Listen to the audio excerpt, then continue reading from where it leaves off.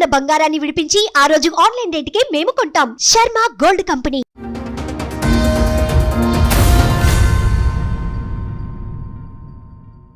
నాకంటే మా నాన్నకంటే పెద్ద ఆయన.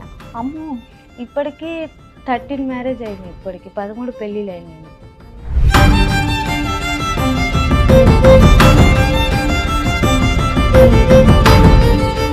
మీ హస్బెండ్ కి 13 పెళ్లిళ్ళ? 13 పెళ్ళిళ్ళు. మీరు ఎన్నో భార్య? నేను 3వ భార్య. ఒక ఏరియా అంతా మీ ఆయనదేనే?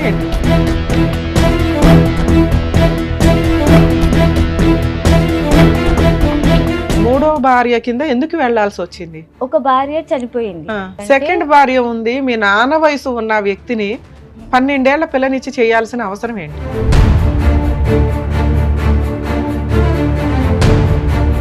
ఒక్కగానొక్క ఆడపిల్లని, పసిపిల్ల 12 ఏళ్ళు అంటే పిల్లకి ఏమీ తెలియవు. ఎవరో వచ్చిరు, ఇలా కూర్చున్నారు, అది మ్యారేజ్ అని చెప్పి సైన్ చేసేసారు, పెళ్ళి అయిపోయింది. మీ నాన్న వయసు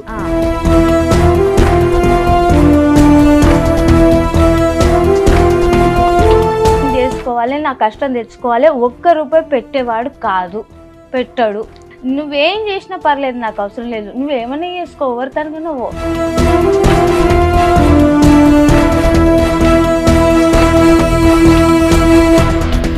ఇప్పుడు మీరు సెకండ్ వైఫ్ ఒక ఇంట్లో ఎంత కాలం ఉన్నారు?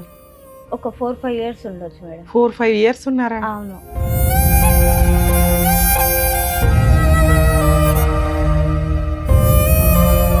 సెకండ్ డెలివరీ ఎందుకు తెచ్చుకున్నావు? ఈ లాజిక్ నాకు అర్థం కావట్లేదు. పని చేసుకుంటున్నా. పని చేసుకుంటే పర్వాలేదా? సెకండ్ డెలివరీ, థర్డ్ డెలివరీ అట్లా కానొచ్చా?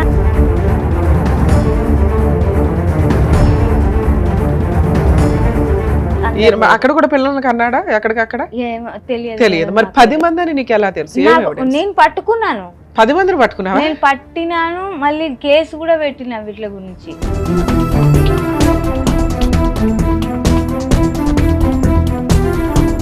ఎవరు లేరు, ఎక్కడ వెనక లేరు, ముంగట లేరు, ఎవరు లేరు, సపోర్ట్ లేదు. ఆ పిల్లల్ని పెట్టుకొని 18 నిండుతున్న ఆమెకు నేను ఎంతగానో మనం చేయాలమ్మా.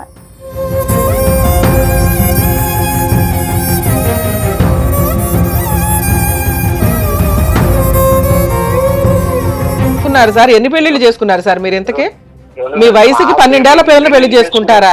కొడుకు ఉండాలి కదా సార్, పెళ్లిళ్ళు చేసుకున్నా చెప్తేనే ఇంటనే అయిపోయానా?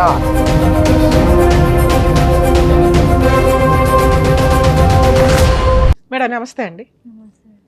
మేడం మీ పేరేంటి, ఎక్కడి నుంచి వచ్చారు? నా పేరు ఫస్ట్ కృష్ణవేణి, తర్వాత సాజిత అని. ఓ, కృష్ణవేణి ఎలియాస్ సాజిత. ఏంటి ముస్లిం పేరు? ముస్లిం పేరు అంటే నేను ముస్లిం అబ్బాయిని పెళ్లి చేసుకున్నారా? ఓకే, పెళ్లి చేసుకున్నా. ఎక్కడి నుంచి వస్తున్నారు మేడం మీరు? నేను శంషాబాద్ నుంచి. శంషాబాద్, ఓకే. శంషాబాద్ నుంచి వస్తున్నా. అది అయితే ఇక్కడ షాయిన్ నగర్ అని ఉంది, వర్కర్స్ అక్కడ. అయితే అక్కడ మా అమ్మ వాళ్ళు కొద్దిగా ఉండడం వలన పెద్దవాళ్ళు కుదిర్చిన పెళ్ళి ఇది, అరేంజ్ మ్యారేజ్. ఇట్లా ఎందుకు పెద్దవాళ్ళు కుదిర్చారు? ముస్లిం అబ్బాయిని చేయాలని ఎందుకు అనుకున్నారు? అలా అనుకోలేదు. అక్కడికి వచ్చిన తర్వాత మా పని గురించి అని అమ్మ వాళ్ళు వచ్చారు. 12 ఇయర్స్ అప్పుడు నాకు. ఓకే. హాస్టల్లో. ఎన్ని ఇయర్స్ బ్యాక్ స్టోరీ ఇది? 2007లో. 2007కి మీకు 12 ఇయర్సా? ఓకే. 12 ఇయర్స్ అయితే అప్పుడు అక్కడికి వచ్చిన తర్వాత చదువుకోవడానికి అని చెప్పి ఇప్పుడు వాళ్ళ దాంట్లోకి వెళ్ళాం కాబట్టి అది అలా అయిపోయింది అక్కడ. ఆ తర్వాత మీ సరౌండింగ్ అంతా అదే, మీరు చదువుకుంటున్న స్కూల్ ముస్లిం స్కూల్స్ అవడం వల్ల మీకు అది పెద్దగా అనిపించలేదు. ఆ తర్వాత అక్కడ నుంచి నేను రావడానికి చాలా ఇబ్బంది పడ్డాను.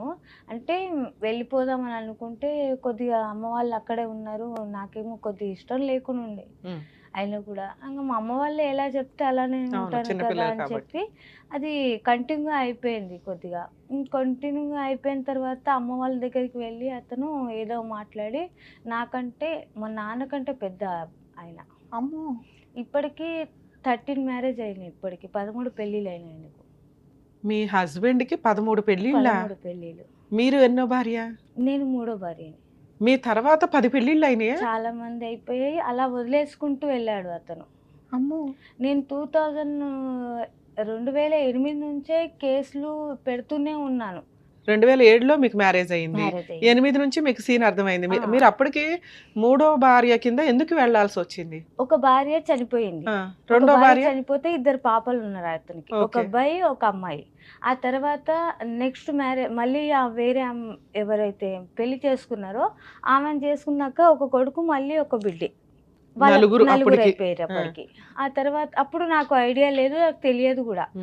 ఇంట్లోనే మీకు ఇల్లరికంగా వస్తాను నేను బయటికి ఏం తీసుకోబోను అమ్మాయిని. సెకండ్ భార్య ఉంది, మీ నాన్న వయసు ఉన్న వ్యక్తిని 12 ఏళ్ల పిల్లనిచ్చి చేయాల్సిన అవసరం ఏంటి? అది మీరు ఫైనాన్షియల్ వీక్, మీకు కుదరలా, మీ అవును. ఇంట్లో వాళ్ళు ఇవన్నీ పక్కన పెట్టండి. అవును, ఒక సెకండ్ వైఫ్ ఉంది కదా. అది తెలియనివ్వలేదు. సరే తెలియలేదు, ఫస్ట్ వైఫ్ చనిపోయిందని తెలుసుగా, అప్పుడు మీరు సెకండ్ భార్యగా వెళ్తున్నారుగా. అది కూడా అది కూడా మ్యారేజ్ తెలియలేదా? కూడా అయ్యిందని తెలియదు మేడం మాకు. వాళ్ళు ఎక్కడ వాళ్ళు, మీరు ఎక్కడ వాళ్ళు? అతను కర్నూలు అంటారు. అంత కర్నూలు సంబంధం ఎలా వచ్చింది మీకు? కర్నూలు అంటే ఇక్కడనే సెటిల్ అయిపోయింది. ఒక 2 years ఆయన ఎంతో 10 ఏళ్ళు 11 అవును, 10 ఏళ్ల నుంచి ఇక్కడ సరే సెటిల్ అయినప్పుడు 2007, 8, 6 అంటే కనీసం చుట్టుపక్కల వాళ్ళు ఎవరు, వాళ్ళ ఫ్యామిలీస్ ఏంటి అందరికీ తెలుస్తాయి కదా. ఎవరు చెప్పలేకపోయారు మేడం. అక్కడ మీరు ఎంత మంది మొత్తం అమ్మా మీ ఇంట్లో? నేను మా 2 తమ్ముళ్ళు. నువ్వు ఉన్నదా ఒక్కతే ఆడపిల్లవు కదా, అంత ఒక్కదాన్నే. కంగారేంటి మీ ఇంట్లో? అది అర్థం కాలేదు. అతను ఏం చేసిండో ఏమైందో అసలు ఏం అర్థం మీ కాలేదు. నాన్నగారు తాగుపోతా? లేదు మేడం. మరి ఒక్కగానొక్క ఆడపిల్లని, పసిపిల్ల 12 ఏళ్ళు అంటే పిల్లకి ఏమీ తెలియవు.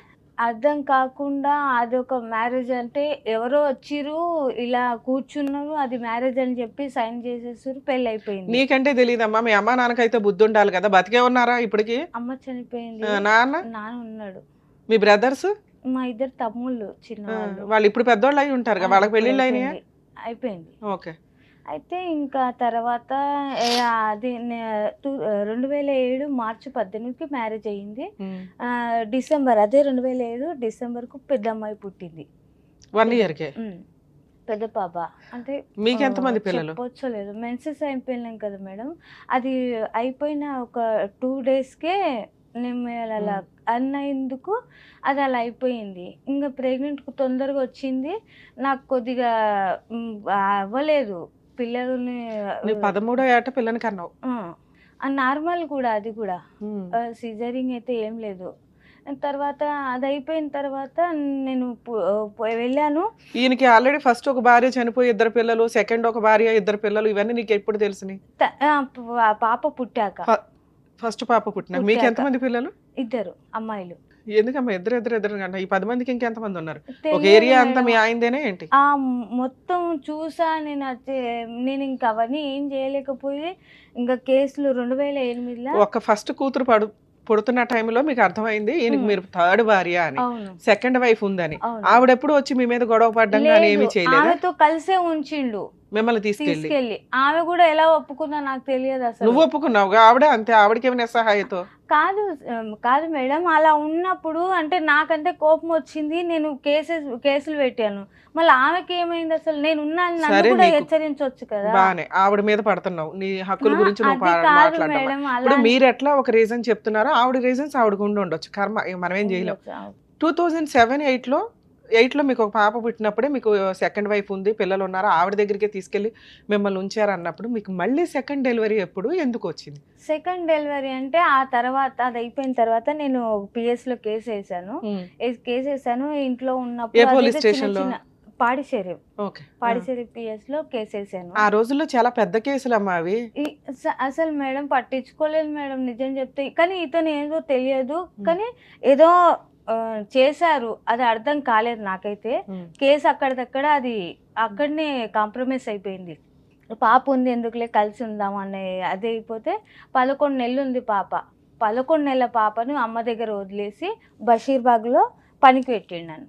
అక్కడికి వచ్చిన తర్వాత నేను అక్కడ ఉన్న ఆయన వస్తూ పోతూ చిన్న తమ్ముని తీసుకొని పని చేసుకున్నా. ఆ తర్వాత తను తీసుకొని వచ్చిన తర్వాత అక్కడ నుంచి మా ఆయన ఇలా రావడం చేయడము అది కొద్దిగా మాకు కూడా అంత అనిపించలేదు నాకు కూడా. ఆ తర్వాత 2010లో మా చిన్న పాప పుట్టింది.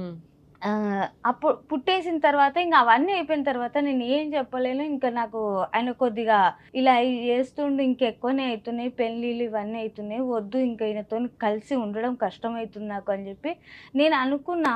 కానీ దూరమే పెట్టినా కానీ ఇప్పుడు మీరు సెకండ్ వైఫ్ ఒక ఇంట్లో ఎంత కాలం ఉన్నారు? ఒక 4-5 years ఉండొచ్చు మేడం. 4-5 years ఉన్నారా? అవును. వంట ఎవరు చేసేవాళ్ళు మీ ఇద్దరిలో? ఇద్దరం చేసేవాళ్ళము కలిసి బాగా అంతా అన్యోన్యం. ఉండడం. అలానే కలిసి ఉండడం, అక్క అని అప్పుడు పిలవడము. ఈ 4 years లో నువ్వు ఆవిడ మోటివేట్ చేయలేదా, మన ఇద్దరికి అన్యాయం చేశాడు, ఇంకెంతమందికి చెప్పాను నేను. చేస్తున్నాడో బయట చెప్పాను, కనుక్కుందాము అని? తను నాకు చెప్పింది, నేను ఏం చేయలేను, నేను నువ్వే చేసేది ఉంటే ఏదన్నా చేయని నేను ఇలానే ధైర్యశాలి కాదని చెప్పేసింది. నీకు ఒప్పేసుకుంది. ఆమె అదే చెప్పింది. చెప్తే నేను సరేలే ఇంకేం చేయలేను నేనని చెప్పి సైలెంట్. నాకు తెలిసినప్పుడల్లా నేను వెళ్ళి కేసెస్ పెట్టాను, కొట్లాడాను, ఫైట్ చేశాను, అన్నీ అయిపోయినాయి. ఇప్పుడు మీ వయసు ఎంత, మీ ఆయన వయసు ఎంత? నా వయసు ఇప్పుడు 32 మేడం. 32. అతనిదేమో 60+ ఏదో ఉంటుంది. 60 అయితే కామన్ గా, ఎందుకంటే మీ నాన్న వయసు. నాన్నకే 60 పై అయిపోయింది. 65 ఉంది నాన్నకు ఇప్పుడు. అయితే ఇంకా అది అయిపోయింది. ఇంకా అంత అయిపోయిన తర్వాత మేము అక్కడ ఇక్కడ చాలా చోట్ల వెళ్ళాను. అమ్మ ఆ పిల్లని తీసుకొని అతనితో ఉంటూ, సెకండ్ వైఫ్ తో ఉంటూ కోర్టులో కేసులు వేస్తూ తిరిగాను.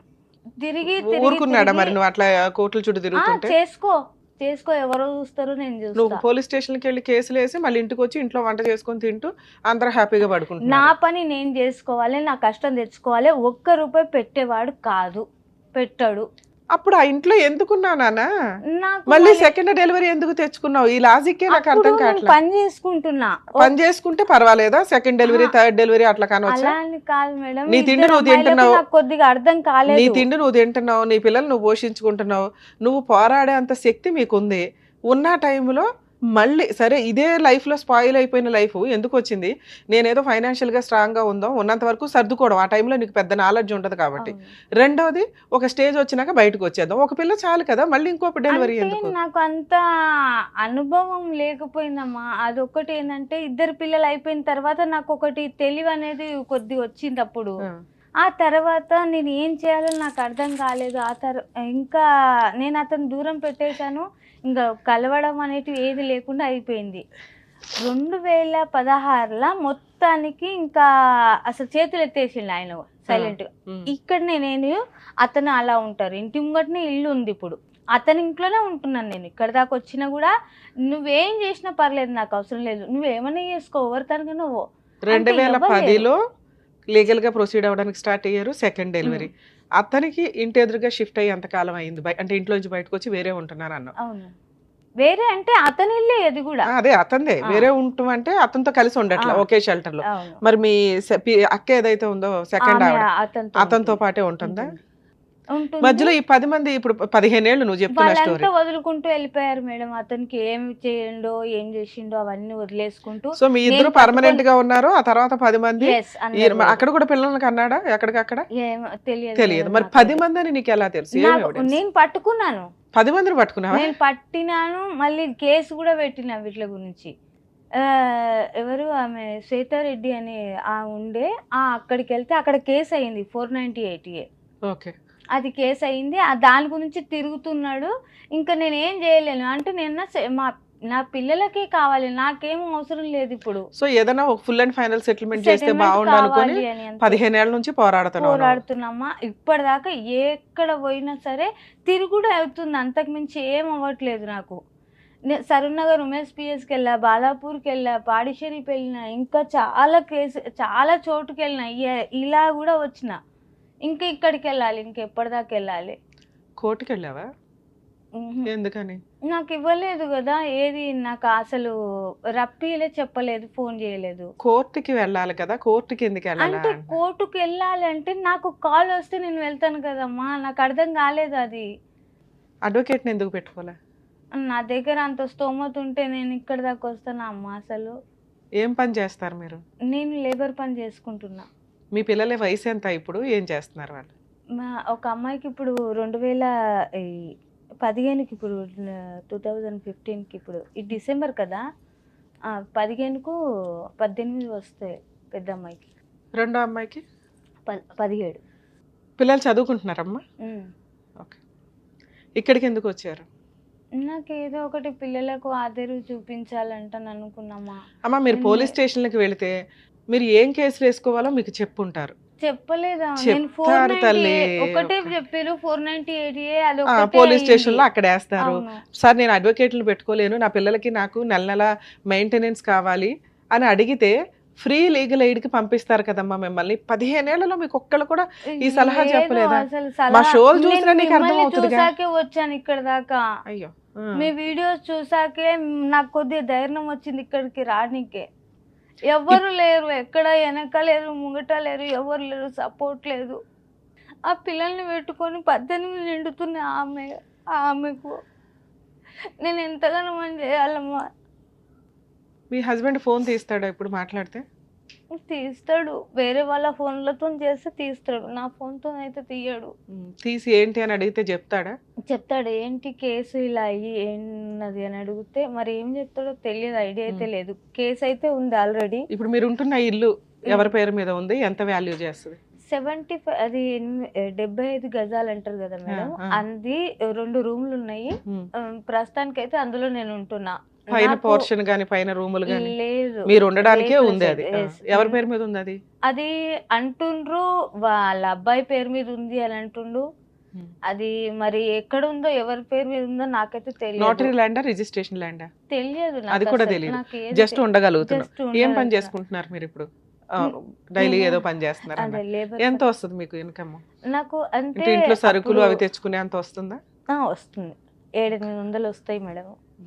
అంటే ఇప్పటి వరకు అతని దగ్గర హార్ట్ కొద్దిగా నొప్పి చాలా వస్తుంటది. ఆ సిమెంట్ బస్తాలు మోస్తాం కదా, దాని వల్ల ఎక్కువ నొప్పి వస్తుంది. నా వల్ల అవ్వట్లేదు పని చేయాలంటే. నానెంబడి అక్కడికి ఏమంటారు జామ తోటలో మందు కొట్టాలి కదా, అది పెట్టాలంటే ఇది బ్యాగ్ వేసుకొని ఇలా పంపు కొట్టాలి. ఈ రెట్ట మొత్తం నొప్పి అవుతుంది, ఇక్కడ చెయ్యి మొత్తం. ఏదో ఒకటి చేస్తే నా పిల్లలు నేను ఎక్కడనో ఒక దిక్కు బతికేస్తామని నేను అంటున్నా. ఆయనకైతే పిల్లలకు ఒక్కసారి ఇప్పటిదాకా 10 మందికి సెటిల్ చేశాడు కదా, ఆ సెటిల్మెంట్ ఏదో నువ్వు కూడా చేసుకోవచ్చు. అంటున్నామా, నీ కాళ్ళు కూడా మొక్కుతాయి. ఆ పిల్లలకు ఒకటి ఏమన్నా ఏ ఆదేరువు. అంతకు మించి నేనేం కోరతలేను. ఉన్న కేసులన్నీ తీసేస్తాను. 1 లక్ష రూపాయలు పెట్టి ఆడ అడ్వకేట్ పెట్టి వకీల్ని పెట్టిరు, అక్కడ పెట్టి ఆ 1 లక్ష రూపాయలు ఆడనే ఉన్నాయి. ఇప్పుడు కూడా ఉన్నాయి అవి. నువ్వు నేను పోయి ఆ 1 లక్ష రూపాయలు తెస్తే పిల్లల పేరు మీద వేస్తే ఏమన్నా అవుతాయి కదా అని నేను చెప్తే నేను రాను. నేను ఎవరి దగ్గర అంటే సెటిల్మెంట్ చేసుకున్నారా 1 లక్ష రూపాయలకి? అంటే కేసు తీసేసుకున్నాము, తీసుకుంటే 1 లక్ష ఇస్తా అని చెప్పిండు నాకు. అదే 1 లక్ష నేను కేసు తీసేస్తా పోని, ఆ 1 లక్ష రూపాయలు పిల్లల పేరు మీద వేస్తే ఏమన్నా అవసరానికి వస్తాయి కదా అని చెప్పింది. నేను నేను నీ ఎంబడి రాను. నేను నా ఎంబడి రాకపోతే నువ్వు వేరేగా రా, నేను వేరేగా పోతా. కోర్టులో కేసు పేపర్లు తీసుకొచ్చారా?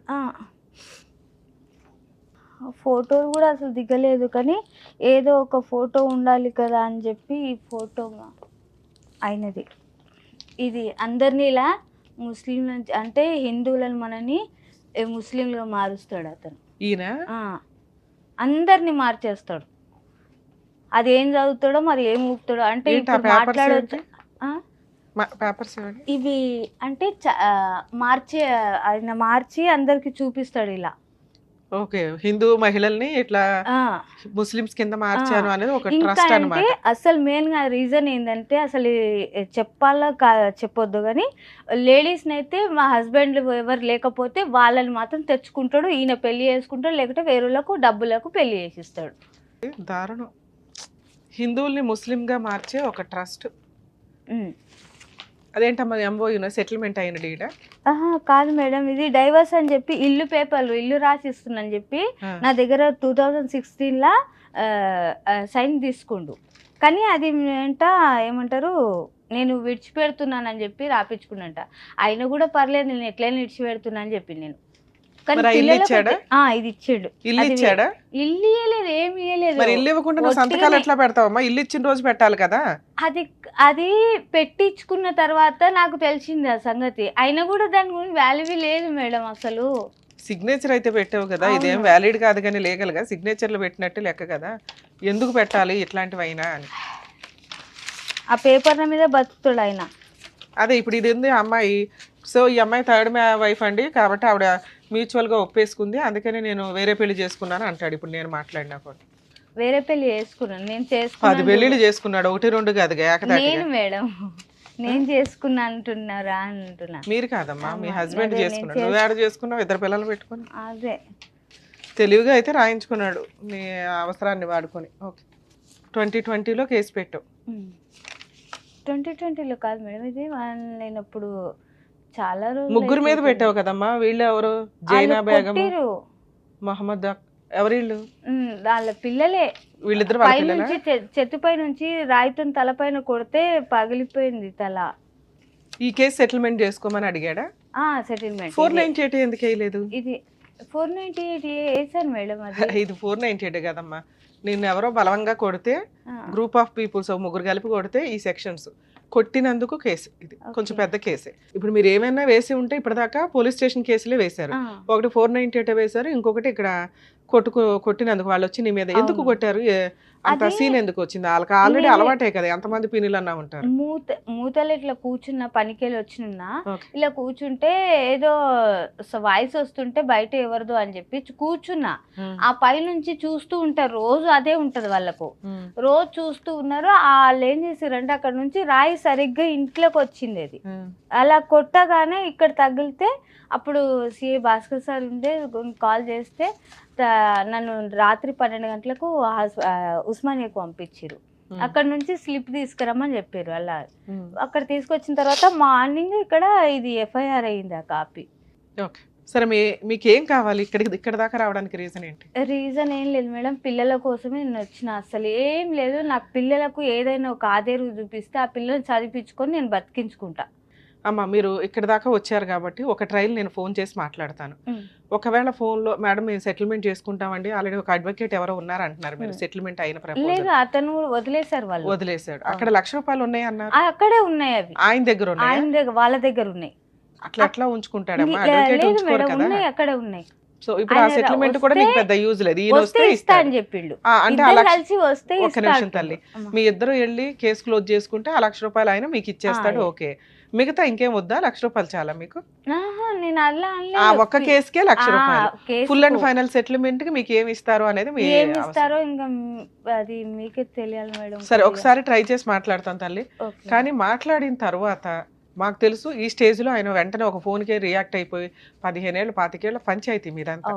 సో అట్లాగేనండి ఎంత ఇచ్చేస్తా అంత ఇస్తా అనడు. మీరు ప్రాపర్ వేలో న్యాయ పోరాటం చెయ్యాలి. కోర్టులు ఉన్నవే మీలాంటి వాళ్ళని ఆదుకోవడానికి. మీరు ఆ మాత్రం ఫైటింగ్ చెయ్యకపోతే ఇగో ఇట్లాగే 50 మందిని చేసుకుంటా వెళ్తూ ఉంటాడు. మీలో కొంచెం ధైర్యం అయితే ఉంది. దానికి మీరు అడ్వకేట్లు పెట్టుకోలేరు కాబట్టి ఫ్రీగా ఎలా చేసుకోవాలి, నా వరకు నేను ఎంతవరకు నీకు హెల్ప్ చేయగలను అనేది చెప్తాను. హలో, హలో, అబ్దుల్లా గారా మాట్లాడేది? చెప్పండి మేడం. నేను హైకోర్టు అడ్వకేట్ రమ్యాని మాట్లాడుతున్నానండి, సుమన్ టీవీ న్యాయవేదిక ప్రోగ్రామ్ నుంచి. మీ wife second wife, third wife, fifth wife నాకు తెలియదు కానీ సాజిదా బేగం గారు మా దగ్గరకు వచ్చారు. 2008 నుంచి నేను నరకం పడుతున్నానండి, 10 నుంచి కోర్టుల చుట్టూ పోలీస్ స్టేషన్ల చుట్టూ తిరుగుతున్నాను, నన్ను వచ్చి కొట్టారు, అదొక ఎఫ్ఐఆర్ అయ్యింది. ఆ కేసు క్లోజ్ చేసుకోవడానికి ఒక లాయర్ దగ్గర ₹1,00,000 సెటిల్మెంట్ మాట్లాడారు, అది అక్కడే ఉండిపోయింది. నా పిల్లలకి నాకు ఏదైనా న్యాయం చేయించి ఫుల్ అండ్ ఫైనల్ సెటిల్మెంట్ చేయించండి, లేదా కేసులు వేయడానికి లీగల్ సపోర్ట్ ఇవ్వండి అని అడిగారు. కాదమ్మా, ఒకసారి మీ హస్బెండ్తో మాట్లాడతాము, ఏమైనా సెటిల్మెంట్ చేసుకుంటారేమో, అవ్వకపోతే అప్పుడు లీగల్ సపోర్ట్ చేస్తామండి అని చెప్పాం. మరి మీరేమన్నా ఫుల్ అండ్ ఫైనల్ సెటిల్మెంట్ మీ పిల్లలకి ఏమన్నా చేయగలరా లేదా? మా పిల్లలకి చేయకుండా ఎట్లా ఉంటాం మేడం మేము? సార్, ఆవిడ ఆల్రెడీ మీ ఇంటి ఆపోజిట్లోనే 75 గజాలు ఇంట్లో ఉంటుందట. మరి పిల్లలకి మీకు ఇప్పుడు మేము లీగల్ సపోర్ట్ ఇచ్చామంటే డొమెస్టిక్ వైలెన్స్లు మెయింటెనెన్స్లు వేసుకుని ఆ ప్రాపర్టీ అట్లాగే అటాచ్మెంట్ చేయడం, ఆ క్రిమినల్ కేసులు కొంచెం స్ట్రాంగ్గా ఫైట్ చేయడం, మా దాకా నమ్ముకొని వచ్చినాక మేము 100% సపోర్ట్ చేయాల్సి వస్తుంది కదా సార్. అలా లేకుండా మీరు ఆల్రెడీ ఏమిటో 60 years అబోవ్ ఉంటుందట, మరి ఇంత చిన్నపిల్లని ఎందుకు చేసుకున్నారు? మా దాకా అసలు ఇట్లాంటి రావడమే మాకు కష్టంగా అనిపిస్తుంది వినటానికి. ఏం సెటిల్మెంట్ చేసుకుంటారు, ఎక్కడికి పంపించాలి? కోర్టులో కేసు నడుస్తుంది మేడం, నేను అడ్వకేట్ నంబర్ ఇస్తా మాట్లాడుకుంటాను. మీ అడ్వకేట్తో ఏ కోర్టులో ఏ కేసు నడుస్తుంది? నేను అడుగుతున్నది కేసు, క్రిమినల్ కేసుల గురించి కాదు, ఫుల్ అండ్ ఫైనల్ సెటిల్మెంట్ పిల్లలకి ఆవిడకి ఏం న్యాయం చేయగలరు అని. ఆల్రెడీ కేసుకు తిరుగుతున్నా మేడం నేను. మా అడ్వకేట్ నంబర్ ఉంది, నంబర్ ఇస్తాను, లేకుంటే అడ్వకేట్ తో మాట్లాడిస్తాను. మీ నంబర్ ఇదేనా? ఇదే, ఈ నెంబరేనండి. మీకు సెటిల్మెంట్ చేసుకునే ఉద్దేశం ఉంటే ఒక 1 week టైం ఇస్తున్నాం సార్, మీ అడ్వకేట్ తోటి మాట్లాడించండి, లేదా ఇక వీళ్ళకి ఈవిడికి ఫ్రీ లీగల్ ఎయిడ్ ఎట్లా కేసులు వేయాలి ఏంటని చేయిస్తాం. కోర్టే చేస్తుంది ఇంకా న్యాయం. ఎందుకు అనవసరంగా కోర్టుల చుట్టూ తిరగడం ఎందుకు? మీ చరిత్ర తీస్తుంటే బోళ్ళు అంత బయటపడుతుంది. కానీ అవన్నీ మేము ఇక్కడ మాట్లాడకూడదు కాబట్టి మాట్లాడట్లేదు. కోర్టు దాకా వచ్చి మేము సపోర్ట్ చేస్తే చాలా స్ట్రాంగ్ గా ఉంటది. కాదమ్మా, ఆమె ఏసిందనే తిరుగుతున్నాం, లేకుండా మేమెందుకు తిరుగుతాం? ఓకే, అనవసరంగా వేసింది కాబట్టి తిరుగుతున్నారా? ఆ 2 కేసులు వేరు సార్. ఇప్పుడు ఇంకా పిల్లలకి ఏమి ఇంతవరకు ₹1 ఇవ్వలేదంట. పిల్లలు ఎట్లా చదువుతున్నారు ఏంటి, వాళ్ళ పెళ్లిళ్ళు ఏంటి, ఈ ఖర్చులన్నీ ఉంటాయి కదా. అసలు ఏం చదువుతారు అడుగు. రికార్డు ఉంది మేడం, మెయింటెనెన్స్ చేస్తున్నాం. ఎంత వేస్తున్నారు మెయింటెనెన్స్? ఇప్పుడు మేము మసీదులో మోసం చేస్తున్నాం. మా ఇన్కమ్ ఎంత ఉందో అంత ప్రకారం చేస్తున్నాం. మాతో ఎంత అండి? ₹1, ₹2, ₹10,000, ₹50,000 ఏదో ఒకటి ఉంటదిగా. ₹2 ఎందుకు వేస్తారు? 10,000 మా దగ్గర ఎందుకు వేస్తారు? కానీ మాతో ఏమవుతుంది అది ఏమైతుందో అది చెప్పండి సార్. ఒక మాట చెప్పాలి కదా నిజాయితీగా. మసీదుకి వెళ్తున్నారు అంటే నేను చాలా నమ్ముతాను. అలాంటప్పుడు కొంచెం నిజం చెప్పాలి కదా. మీరు కన్నా పిల్లలు ఇక్కడ అనాథల్లాగా తిరుగుతున్నారు. ఆవిడ కూలి పని చేసుకుని ఆవిడ పోషించడం ఏంటి? మీ పిల్లలకు మీరు తిండి పెట్టలేరా? అలాంటప్పుడు అంతమంది పిల్లల్ని కనటం ఎందుకు? సరే మాట్లాడిస్తాను. మాట్లాడుదురు సార్. ఒక మాట మీరు చెప్పండి, ఎంత వేస్తున్నారు మెయింటెనెన్స్ అది చెప్పండి. ఇప్పుడు హెల్త్ బాగలేదు మేడం నాకు. నేను మాట్లాడిస్తాను. మేము ఇప్పుడు ఏమంటారు మా దేవచరదారి గారు పోయి గారి ఈ నంబర్ మీదే కదా? ఇదేనండి. మీకు ఒకసారి నేను చెప్తాను, ఒకసారి లైన్ లోనే ఉండండి. మేడం, మీ హస్బెండ్ తో ఇప్పుడు మాట్లాడుతున్నాం కదా, మీరు వింటున్నారుగా. వీళ్ళ అడ్వకేట్ దగ్గరికి వెళ్ళి మాట్లాడతారు. మీకు ఫోన్ వచ్చి మీతో మాట్లాడు ఒక 1 వీక్ లో ఫుల్ అండ్ ఫైనల్ ఏమైనా సెటిల్మెంట్ చేసుకుంటే ఓకే. లేదా మీరు మళ్ళీ మమ్మల్ని కాంటాక్ట్ అవ్వండి. మా సుమన్ టీవీ తరపు నుంచి అడ్వకేట్ రమ్య గారు మీకు 100% ఎంత హెల్ప్ చేయగలరో అంతా చేస్తారు. ఈయన దగ్గర నుంచి మెయింటెనెన్స్ వసూలు చేయడం ఎట్లాగా కోర్టు ద్వారా 100% వసూలు చేయిస్తా. ఎందుకు అంటే ఈయన ఎంత అమౌంటో చెప్పట్లా. నిజంగా 3,000 వేస్తున్నారండి, 5,000 ఏదో ఒక ఫిగర్ చెప్తారు.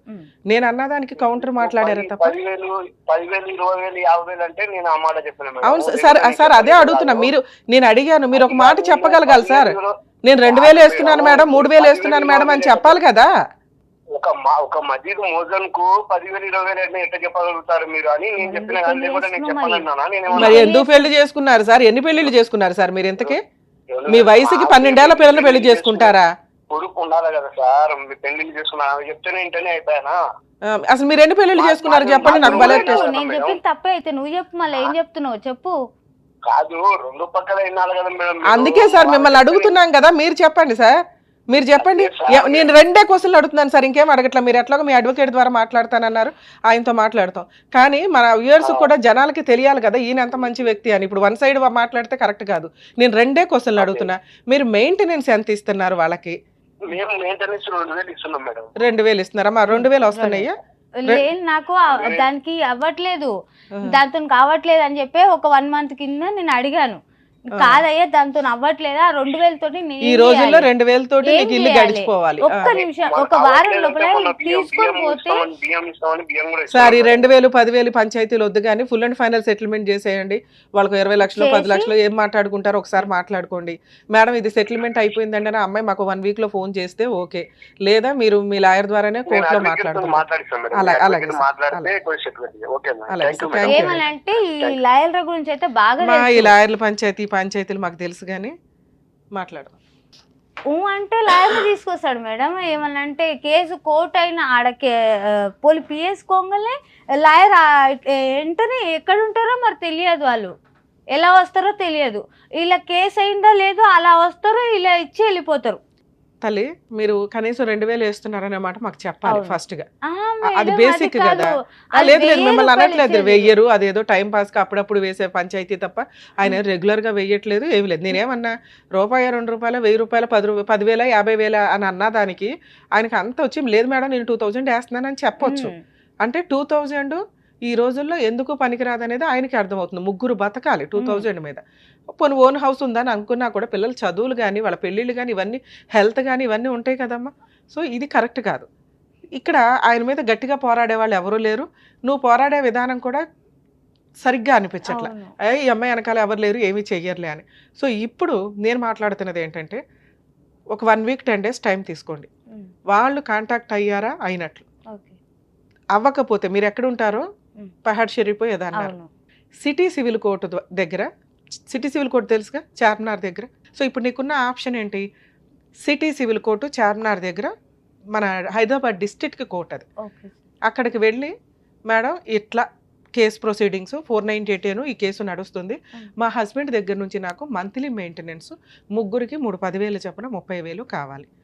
గృహ హింస చట్టం కేసు వెయ్యటం ఎట్లా, నాకు కొంచెం ఎవరన్నా ఒక అడ్వకేట్ని సజెస్ట్ చేయండి. అని వాళ్ళతో మాట్లాడండి. వాళ్ళు మీకు గవర్నమెంట్ అడ్వకేట్ను ప్రొవైడ్ చేస్తారు. సఖీ సెంటర్ ఎక్కడో ఫార్వర్డ్ చేస్తారు నీకు సఖీ సెంటర్ లొకేషన్ కూడా పంపిస్తానమ్మా, మీ జ్యూరిస్డిక్షన్ సఖీ సెంటర్ అని. అక్కడికి వెళ్ళండి. అక్కడ మీకు domestic violence case free legal aid తోటి ఫ్రీగా ప్రొవైడ్ చేయడం జరుగుతుంది. డొమెస్టిక్ వైలెన్స్ కేసు అంటే ఒక ఫ్రూట్ బౌల్ అనుకోండి, అది చాలా కేసులతో సమానం. అంటే 4-5 చోట్లకు వెళ్ళి 4-5 అడ్వకేట్లు పెట్టుకొని 4-5 కేసులు వేయడం, లేదా ఒక అడ్వకేట్తో 4-5 కేసులు వేయడం కంటే నువ్వు అడుగుతున్న రిలీఫ్ ఫైనాన్షియల్ రిలీఫ్. ఆ ఫైనాన్షియల్ రిలీఫ్కి నీకు కావాల్సింది ఏంటి? మంత్లీ మెయింటెనెన్స్, నీ జీవితం సర్వనాశనం చేసినందుకు నష్టపరిహారం, ఓకే, ప్రొటెక్షన్. ఆల్రెడీ వాళ్ళు కొట్టి ఉన్నారు కాబట్టి ప్రొటెక్షన్ కావాలి, నీ సరౌండింగ్స్కి వాళ్ళు రాకుండా. నువ్వు ఏదైతే ఇంట్లో ఉంటున్నావో ఆ ఇల్లు నీకే రిజిస్ట్రేషన్ చేయించమని అడిగే హక్కు నీకు ఉంటుంది. ఈ 4 పాయింట్స్ అంటే 4 డిఫరెంట్ కేసుల్ని ఒకే కేసులో అడిగే హక్కు డొమెస్టిక్ వైలెన్స్ ద్వారా ఉంది. ఫ్రీ అడ్వకేటు అక్కడ ప్రొవైడ్ చేస్తారు. ఇది మీలాంటి వాళ్ళ కోసం పెట్టిన చట్టం. అందరూ ఎవరు పడితే వాళ్ళు వాడుకుంటున్నారు, కానీ అడ్వకేట్లు పెట్టుకోలేక ఉన్నంతలో న్యాయం కోసం పోరాడే వాళ్ళు ఫ్రీగా చేసే పని. సో మీకు ఆ లొకేషన్ పంపిస్తాను, మీ హైదరాబాద్ జ్యూరిస్డిక్షన్ది సఖీ సెంటర్ ఎక్కడికి వస్తుందో మీరు అట్లా వెళ్ళి మాట్లాడండి. ఒకవేళ వాళ్ళు ప్రాపర్గా రెస్పాండ్ అవ్వకపోతే ఇట్లా సుమన్ టీవీ ద్వారా అడ్వకేట్ రమ్య గారిని అప్రోచ్ చేయనండి, మేడం పంపించారు, పని చేయకపోతే నాకు చెప్పు తల్లి, నేను మాట్లాడతాను, మేము దిగుతాను అప్పుడు. ఓకే, ఆల్ ది బెస్ట్ అమ్మ, జాగ్రత్త. ఇక్కడ ఒక్కసారి ఆలోచించండి, 60 ఏళ్ళు అంటే ఇప్పుడు పెళ్ళి ఒక 25,000 25 years అనుకుంటే, ఒక 12 ఏళ్ల అమ్మాయిని 40 ఏళ్ళు 45 ఏళ్ల వయసున్న వ్యక్తి పెళ్లి చేసుకుంటూ ఉన్నప్పుడు అంత ఫైనాన్షియల్గా అంత హీనమైన పొజిషన్లో ఉన్న కనీసం ఆడపిల్లల్ని అలా వదిలేయండి. మేబీ ఇది 20 ఏళ్ల క్రితం స్టోరీ అయ్యి ఉండొచ్చేమో, కానీ ఇప్పుడు కూడా కొన్ని ఏరియాల్లో అలాగే నడుస్తుందండి. ఎందుకంటే మొన్న ఒక మైనర్ మ్యారేజ్ కేసు 2 years బ్యాకే, పిల్లకి 15 ఏళ్ళు 25 ఏళ్ల అబ్బాయిని ఇచ్చి పెళ్లి చేశారు. సాఫ్ట్వేర్ అండి, ఇదండి, మాకు పలానా క్యాస్ట్లో ఆడపిల్లలు దొరకట్లేదు. మా నాన్న, ఆ అమ్మాయి వాళ్ళ నాన్న పచ్చి తాగుబోతు. ఆ తాగుబోతు భార్యను కొట్టి, నానమ్మను కొట్టి, అంటే తాగుబోతు వాళ్ళ అమ్మను కొట్టి ఆ పసిపిల్లని తీసుకొని వెళ్ళి ఒక వ్యక్తి చేతిలో పెడితే గట్టిగా 2-3 monthsకి అతని హెల్త్ ప్రాబ్లం బయటపడింది. ఏంటంటే అతని 2 కిడ్నీలు డ్యామేజ్. ఆ 2 కిడ్నీలు డ్యామేజ్ అయితే ఆ అబ్బాయి వాళ్ళ అమ్మ ఒక కిడ్నీ ఇచ్చింది, అది కూడా స్పాయిల్. ఎందుకంటే నాన్న ఎంత పనికి మాలిన తాగుబోతో అంతకి డబల్ తాగుబోతూ అబ్బాయి. ఆడపిల్లని వదిలించుకోవడం అంటే ఇంత దరిద్రంగా ఆలోచించొద్దు దయచేసి తల్లిదండ్రులు.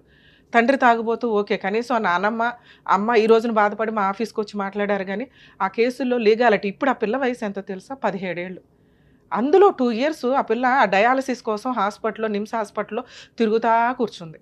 వెక్స్ అయిపోయి ఆ పిల్ల ఎక్కడో ఇంట్లో నుంచి పారిపోయి అక్కడ చెట్ల దగ్గర కూర్చొని ఉంటే ఎవరో ఫోన్ చేస్తే ఆ నానమ్మ అమ్మ వెళ్ళి పిల్లని తెచ్చుకొని ఆఫీస్కి తీసుకొచ్చి మేడం హెల్ప్ చేయండి అని అడిగితే ఏం చేయగలం?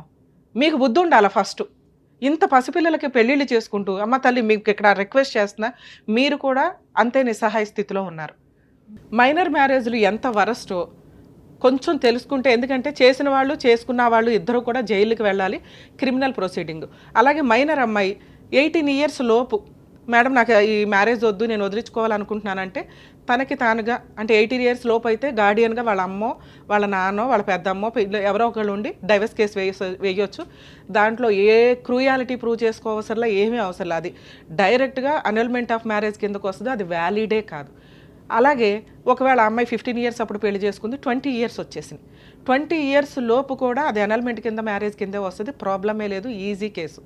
ఒకవేళ ఆఫ్టర్ 20 years అయితే డైవర్స్ యాక్ట్, అంటే హిందూ మ్యారేజ్ యాక్ట్ ప్రకారం, అంటే వాళ్ళు ఏ రిలీజియన్ అయితే ఆ రిలీజియన్ యాక్ట్ ప్రకారం డైవర్స్ కేసు వేసుకోవచ్చు, మీకు కాంపెన్సేషన్లు వస్తాయి. అలాగే వాళ్ళు క్రూయాలిటీ ఏదైతే చేస్తారో వాటి మీద క్రిమినల్ ప్రొసీడింగ్స్, సివిల్ ప్రొసీడింగ్స్ కూడా ఇంప్లిమెంట్ అవుతాయి. ఇప్పుడు ఈ కేసులో మనం తెలుసుకోవాల్సిన రెండో పాయింట్ ఏంటంటే, లవ్ జిహాద్ చాలా సీరియస్గా అనిపించింది నాకు.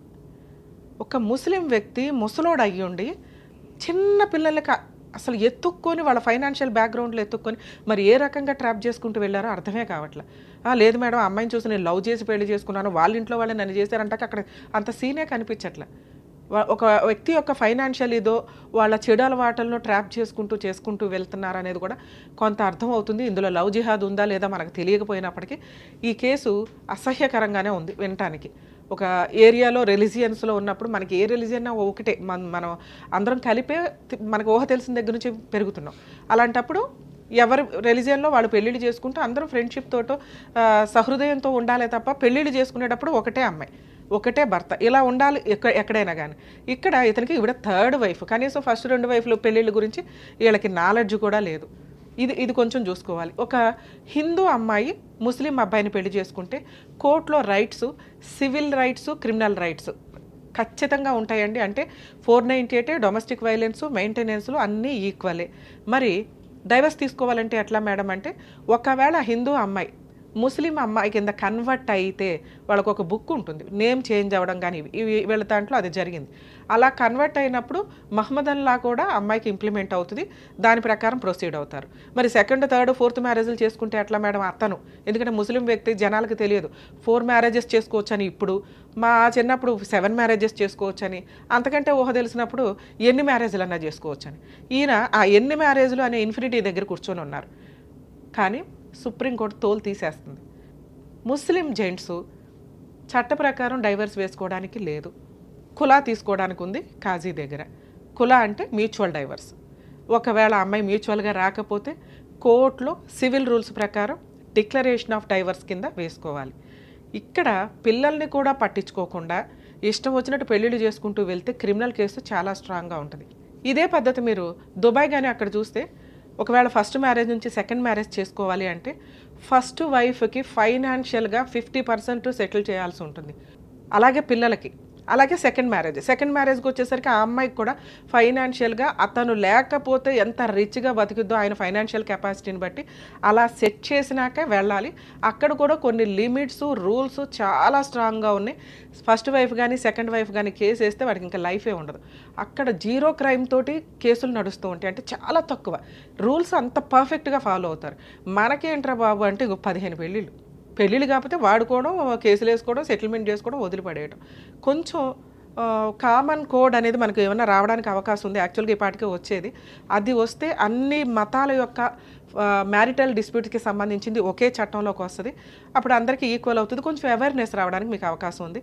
సో ఈ కేసులో అమ్మ మీరు ఏదైతే అగ్రిమెంట్ రాసుకున్నారో అది డైవర్స్ కిందకి రాదు. ఓకే, మీరు ఇంకా వైఫే, వాళ్ళు ఇంకా ఆయన పిల్లలే. ఆయనకి ఎన్ని పెళ్ళిళ్ళు అయినాయి అనేది తర్వాత ఛాలెంజ్ చేయడానికి ముందైతే మీరు ఫైనాన్షియల్గా సెటిల్మెంట్ అడుగుతున్నారు కాబట్టి మీరు డైవర్స్ ఇచ్చినా ఇవ్వకపోయినా మీకు పెద్ద ఫరక్ పడదు. సో మీకు కావాల్సింది ఫైనాన్షియల్ సెటిల్మెంట్. అది మీ పిల్లల హక్కు, మీ హక్కు. దీనికి ఇందాక నేను చెప్పినట్టు DVC కేసు ఫైల్ చేసుకోండి. 100% అవుతుందని నేను అనుకుంటున్నా. ఇన్ కేసు అవ్వకపోతే ఆ కేసు వేయండి, ఆరాంగా మెయింటెనెన్స్ వస్తుంది. ఆయన ఇచ్చే 2,000 కత్తలే మినిమం 20 to 25 మీకు ఆర్డర్ చేస్తారు. మీరు 50,000 దాకా క్లెయిమ్ చేయండి. మీ ధైర్యం నాకు నచ్చింది. పిల్లలిద్దరూ చదవనివ్వండి, గవర్నమెంట్ కాలేజీల్లో అన్న జాబ్ చేసుకునివ్వండి. ఈ రోజున ప్రతి స్త్రీ తనని తాను పోషించుకునేలాగా ఉండాలి. అలా అని కాపురాలు నాశనం చేసుకోవద్దు. మీకు అన్యాయం జరిగినప్పుడు డైవర్స్ దాకా వెళ్ళాలి కానీ అన్యాయం చేసుకుని డైవర్స్ల దాకా వెళ్ళొద్దు. మీకు 100% ఫైనాన్షియల్ సపోర్ట్ అతని దగ్గర నుంచి ఫుల్ అండ్ ఫైనల్ సపోర్ట్ జరిగిద్ది. జరగకపోతే మా వంతు ప్రయత్నంగా నేను మీకు అందుబాటులో ఉంటాను. సరేనా? థ్యాంక్ యూ అమ్మా.